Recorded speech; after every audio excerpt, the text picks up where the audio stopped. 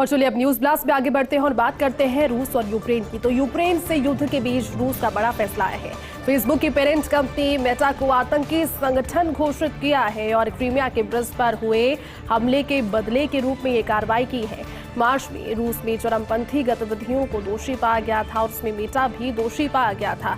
लगातार देखिए यूक्रेन पर हमले रूस कर रहा है और इसी बीच मेटा को आतंकी गतिविधियों से जुड़ा हुआ पाया जाना, जिसमें पूरे विश्व में कई जगहों पर उसका संचालन किया जा रहा है। लेकिन खास तौर पर यूक्रेन पर जो हमले रूस कर रहा है उसमें यही बात सामने आ रही है कि जिस तरह से रूस ने गतिविधियों में मेटा को भी संलिप्त पाया, उसे भी अब एक बड़े फैसले के तौर पर आतंकी संगठन और गतिविधियों में शामिल पाया गया। पाकिस्तान में अल्पसंख्यकों पर अत्याचार जारी है। सिंध प्रांत के हैदराबाद में हिंदू लड़की का अपहरण और लड़की के माता पिता ने शिकायत दर्ज कराई। दरअसल लड़की के घर लौटते वक्त शहर के फतेह चौक इलाके में अपहरण उसका हुआ।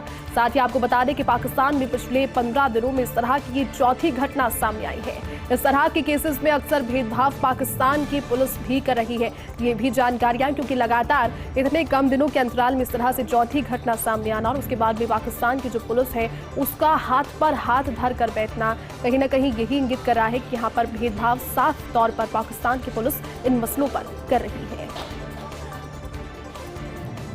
राजमाता विजयाराजे सिंधिया की जयंती है आज। 12 अक्टूबर 1919 को विजयाराजे सिंधिया का जन्म हुआ था।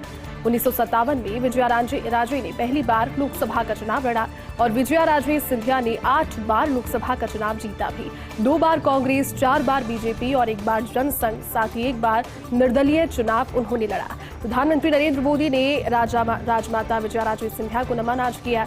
वसुंधरा राजे ने भी अपनी मां विजयाराजे को नमन करते हुए लिखा, आपकी छत्र छाया में ही मैंने राजनीति की क ख ग को सीखा है और आपके आदर्शों पर चलकर ही जनता का प्यार और आशीर्वाद पाया है। प्रधानमंत्री नरेंद्र मोदी दीपावली पर जाएंगे उत्तराखंड। 23 अक्टूबर को उत्तराखंड के दौरे पर पीएम मोदी पहुंचेंगे।